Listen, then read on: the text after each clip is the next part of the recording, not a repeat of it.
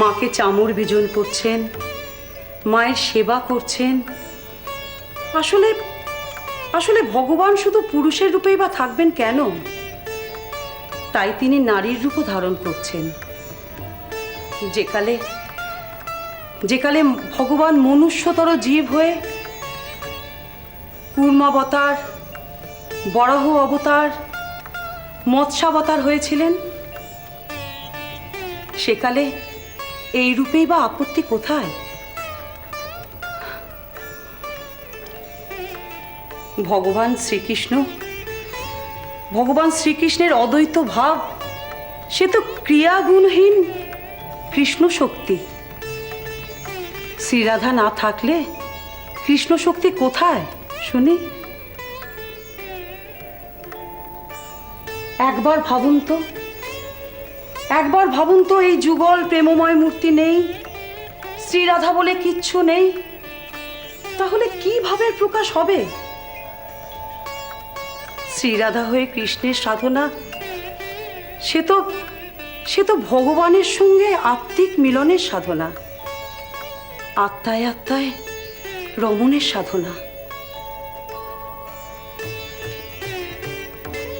এই দুয়ে মিলে তবেই না তিনি।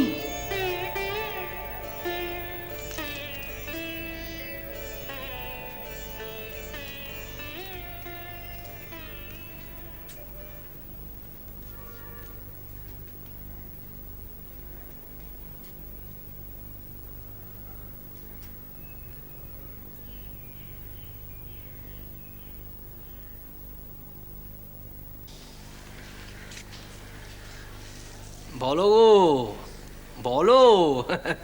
ও নবর, আরে আরে পণ্ডিতজিকে বলো তোমার সঙ্গে আমার কতদিনের সম্পর্ক, বলো বলো। আমাকে তুমি কি সাক্ষী মানছো ঠাকুর? তোমার কথার কখনো দুই অর্থ হয়? কি গো শাস্ত্রীজি, কি বললে নবর, কি বললে? সে তো শুনতেই পাচ্ছি। তবে ওই ওর সঙ্গে আমার চেনা কবে থেকে জানো? ওই পীর বাবার দরগা থেকে। ওই পীর বাবার দরগাতে আমি আরো রোজ সকালবেলা প্রার্থনা করি। তুমি তো আমার কথা মানছিলে না, তাই ওকে ডেকে আনলুম। তুমি এবার ভাজা ভাজা ভাজা। সে কি ঠাকুর, আমার এমন দুর্মতি কবে হলো যে আমি তোমাকে অমান্য করব?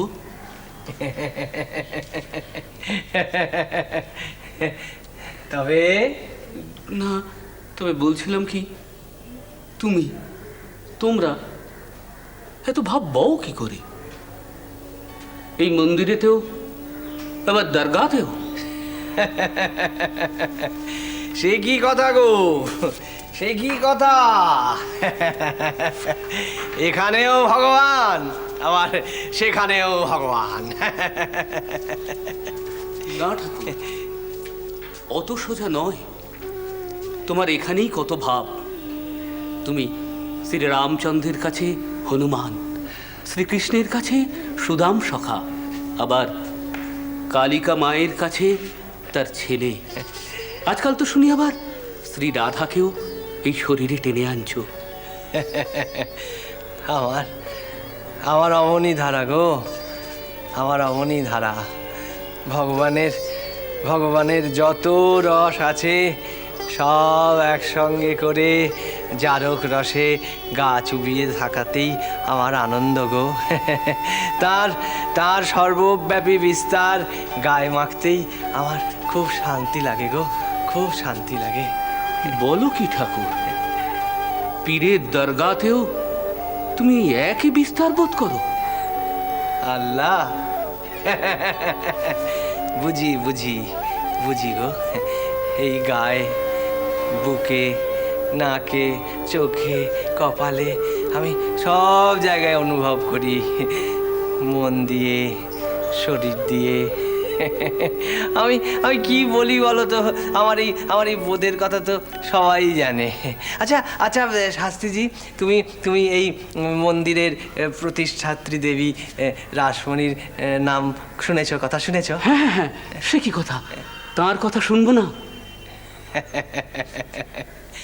আমারও আগে তিনি ওই পীর বাবার আশীর্বাদ পেয়েছিলেন গো। বাবা, সেই কত বড় সাধ্যি সাধিকা ছিলেন রানীমা। রানীমা রানীমা আমাকে নিজে গপ্প করেছেন যে ওই যখন এই বাগান কেটে মন্দির তৈরি হচ্ছে তখন পীর বাবা তাকে স্বপ্নে দেখা দিয়েছিলেন, বলেছিলেন ওই ঈশান কোণে অসত্য বটটা বাঁধিয়ে দিতে, তারপরে তারপরে ওই ওই ওই গাজী পুকুর আছে না, ওই গাজী পুকুরটা ভালো করে কাটিয়ে দিতে, তারপরে ওই সন্ধ্যা আরতি, তারপরে দুধ সিন্নি, সেইগুলো সেগুলো সেগুলো সব ব্যবস্থা করে দিতে। ও ও ও নফর হাজরা, বলো না গো, বলো না, তারপর বলো। হ্যাঁ গো পণ্ডিতজি, আমরা এই অঞ্চলে সবাই জানি এই রানীমা গাজী বাবার সব কথাই রেখেছেন। শুধু তাই নয়, ওই পীরের দরগায় একজন মুসলমান সেবাই তো রেখেছেন।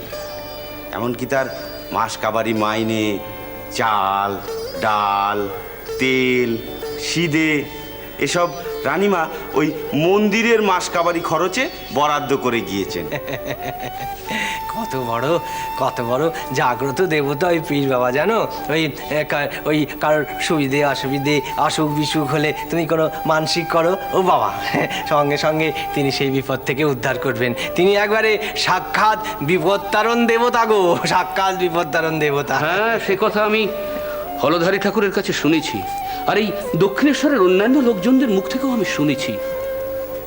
আমি সে কথা ভাবছি না ঠাকুর, আমি ভাবছি তুমি এত সব গায়ে গায়ে বও কি করে? এ তো দ্বৈতের ভাব। তা ঠিক। তবে আচ্ছা, বেদান্তের অদ্বৈতের ভাবের পথ কি সোজা নয়? না গো না, সোজা কি, সে তো আরো জটিল গো, আরো জটিল। অদ্বৈত মানে কি? অদ্বৈত মানে হচ্ছে এক, মানে দ্বৈতের ওই দুই থেকে এক বাদ দিয়ে হাতে রইল এক, সে নয়, দ্বৈতের দুইয়ে মিলে এক। হ্যাঁ ঠাকুর, দেব, ভগবান কি কথা শোনালে প্রভু, তুমি কি কথা শোনালে? এরকম করে আগে কে এত ভেবেছে ঠাকুর, এত কে ভেবেছে? প্রভু কৃপা করো, প্রভু কৃপা করো, কৃপাময় কৃপা করো, কৃপা করো, কৃপা করো।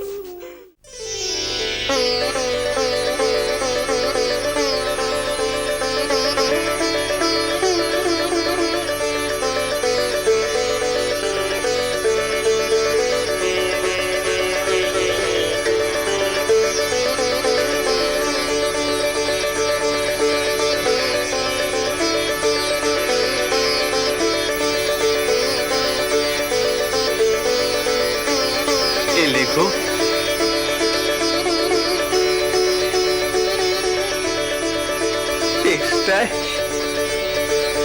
এলে তো রাধা রানী, এমনও ছিল আমার সাধন ফলে